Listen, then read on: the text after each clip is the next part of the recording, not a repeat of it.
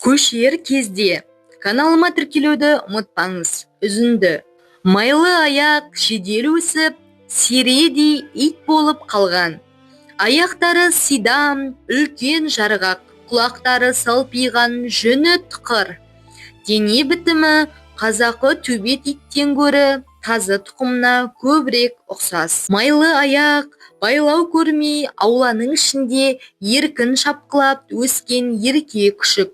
Сырттан біздің қақпаға қарай бөтен адам бөгде мал келе жатса, арс-арс етіп алдынан тұра жүгіретін әдеті. Жоқ, майлы аяқ қабаған емес, балалық шолжаң мінез ұстап, тек қорқытып үркіткісі келгендей одыраңдап айнала шауып өтеді. Кішкене бала-шаға болса, басынан секіріп те кетеді. Біраз күннен бері майлы аяқ бұрынғы еркін өміріне зар. Үйді, малды сата бастағалы, біз оны шынжырлап қоятын болғанбыз. Себебі ауылдан Алматыға көшетін болдық. Байлап қою себебімізді өзі түсінбейді. Әрине, менің не жазығым бар, неге байлап қойдыңдар? Дегенде балаша жылап, қынсылап, аяғымызға оралады. Жалынып жалбарынғандай болады. Тап бүгін бір сұмдықтың болатынын майлы аяқ енді сезеді.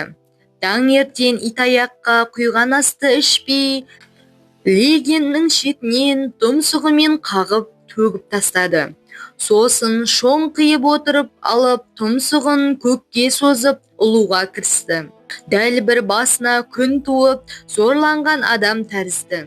Ей, еркін, мына ит біздің бүгін кететінімізді біліп, соған ұлып отыр. Өзін бірдеңе етіп алып кетсек қайтеді? Жамалыммен қатар туған ит еді, дейді әйелім Зағипа. Итімді мен де қимаймын, бірақ қалай әкетеміз? Пойызға бірдеңе етіп мінгенмен Алматыға барған соң өз үйіміз жоқ, қайда ұстаймыз бұны? Әбекең келем деп еді ғой, сол кісіге аманат қып тастап кетеміз. Қор қылмайды. Әбекең осы ауылдың қойшысы, жақсы адам. Майлы аяқты маған бер деп өзі сұраған болатын. Таңертеңгі шайымызды ішіп бола бергенде Әбекең де жетті. Сүйікті итімізді тіліміз жеткенше аманат етіп тапсырып жатырмыз. Қолына жарты таба нан ұстаған Әбекенді байлаулы майлы аяқтың қасына ертіп келдім. Ол алдыңғы екі аяғын көсіліп алып, басын аяқтарының үстіне қойып, бір түрлі ойға батқан секілденіп, сұлық жатқан. Біздің не оймен келе жатқанымызды сезгендей, зып беріп қасындағы тақтай үйшікке кіріп алды.